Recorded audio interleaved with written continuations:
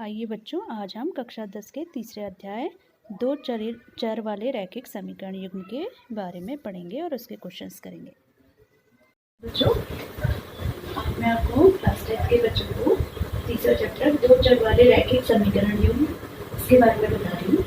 तो दो चर वाले रैखिक समीकरण युग्म का मानक रूप होता है a1x + b1y + c1 = 0 और a2x + b2y + c1 = 0।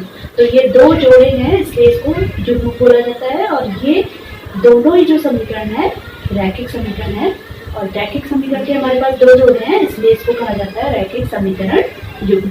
अब इसमें जो a1 b1 c1 a2 b2 c2 है, इनको गुणांक बोला जाता है।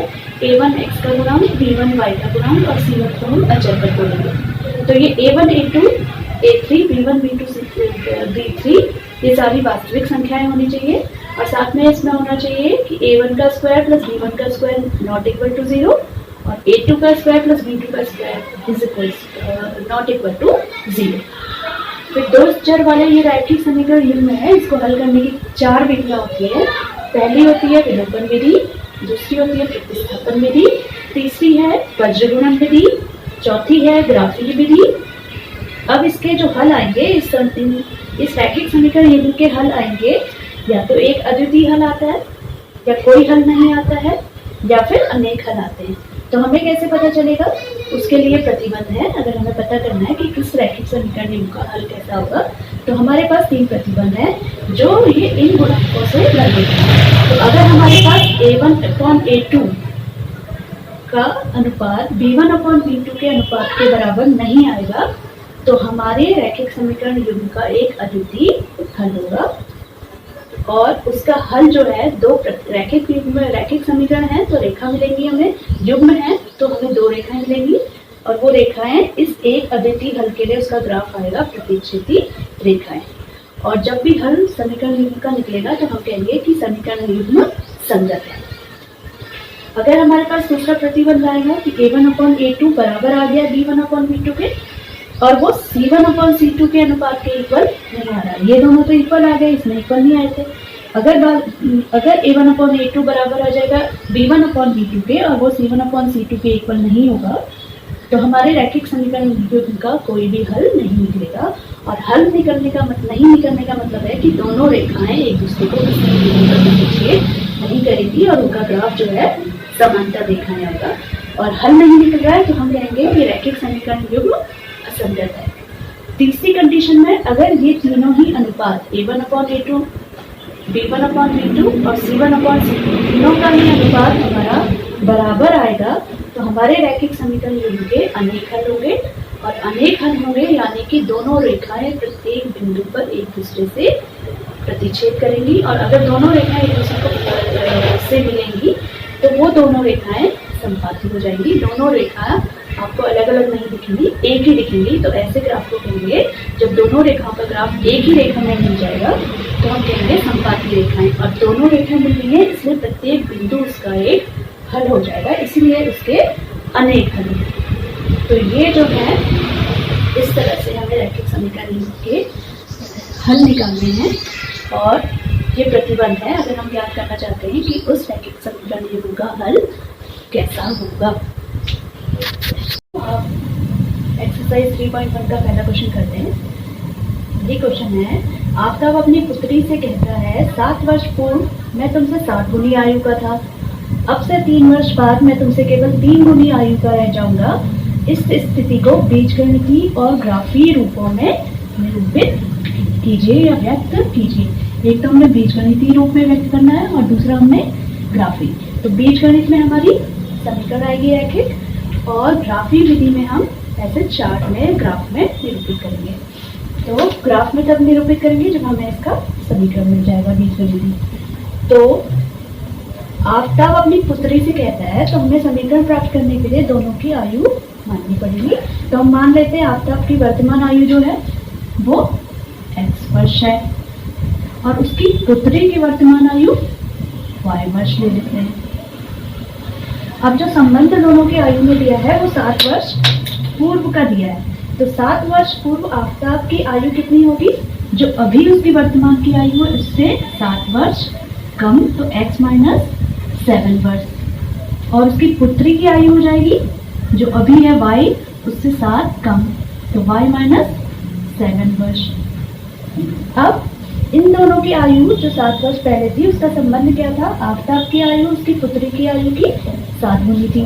तो क्या थी आफताब की आयु? x माइनस 7 और पुत्री की आयु 7 ब्रैकेट y माइनस 7। तो ब्रैकेट खोलेंगे, x minus 7 is equals to 7y minus 49।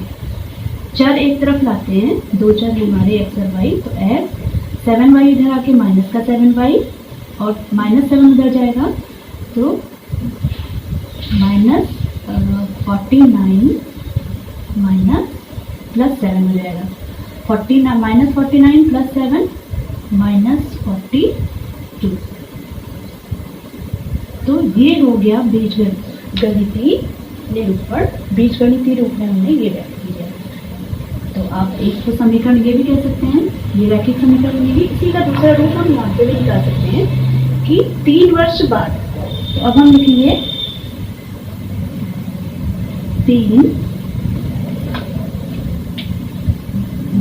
3 वर्ष बाद आफताब की आयु, आफताब की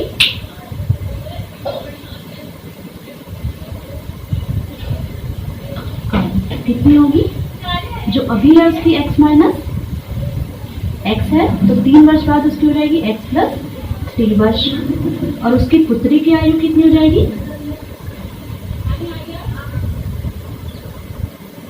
3 वर्ष बाद पुत्री की आयु हो जाएगी y प्लस 3 वर्ष। तो अब इनका संबंध क्या है? वो क्या है? 3 वर्ष बाद मैं तुमसे 3 गुनी आयु का रहूंगा, तो आफताब की आयु क्या होगी?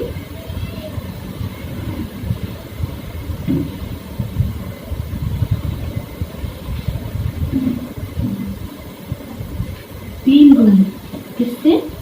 पुत्री की आयु से।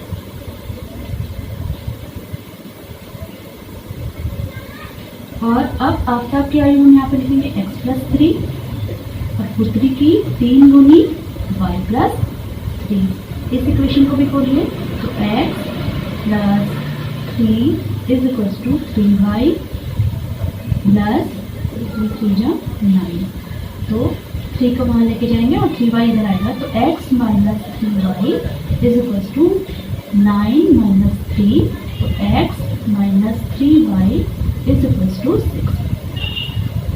तो दो तरीके से हमने वही रैखिक समीकरण है और उसको हमने x minus 7y equals to minus 42 और 3 वर्ष बाद जो समीकरण मिला है x minus 3y is equals to 6। इस समीकरण में हम x और y के मान रख करके यहाँ उसको रैखिक रूप में दिखा सकते हैं। तो जैसे ये आसान है तो हम इसी में रख लेते हैं। अगर हम x का मान यहाँ पर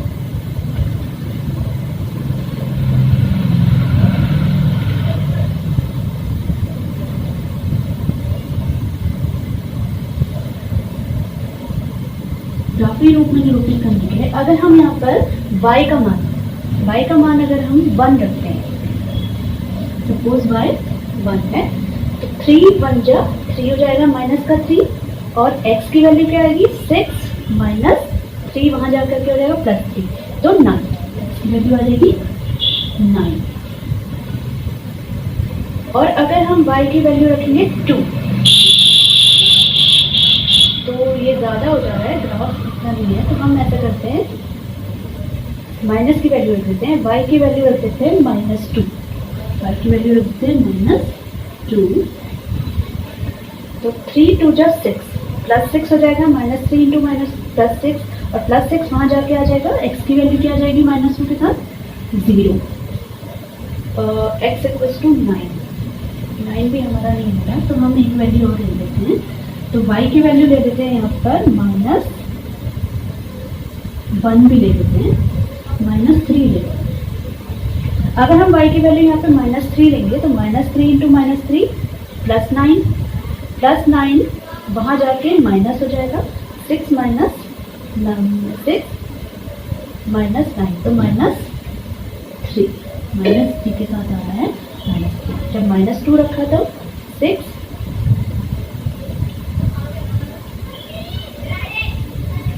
प्लस 3 2 जा 6 प्लस 6 आया और प्लस 6 वहाँ जाके -6 हो जाएगा तो 0।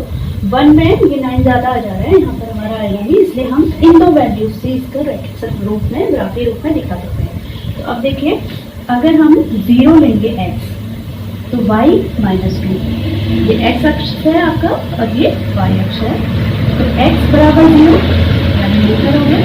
और जब x 0 है तो y -2 लेना है, तो y -2 के लिए हम नीचे जाएंगे, ये वाला पॉइंट आ गया आपका x 0 और -2।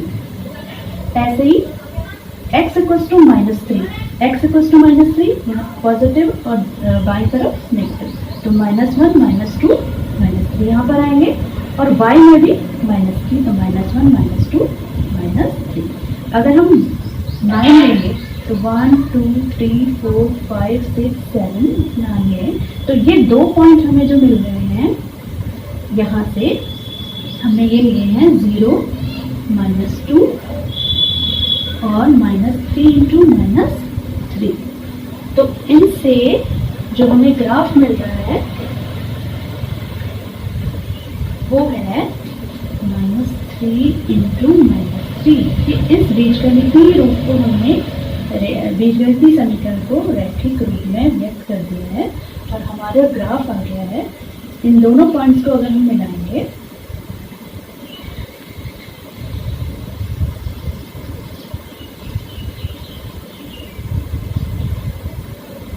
तो ये जो हमें रेखा मिलेगी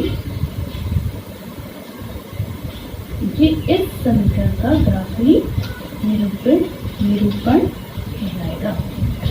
तो इस स्थिति को हमने बीजगणितीय रूप तो ये हो गया या ये हो गया, और ग्राफी रूप ये हो गया।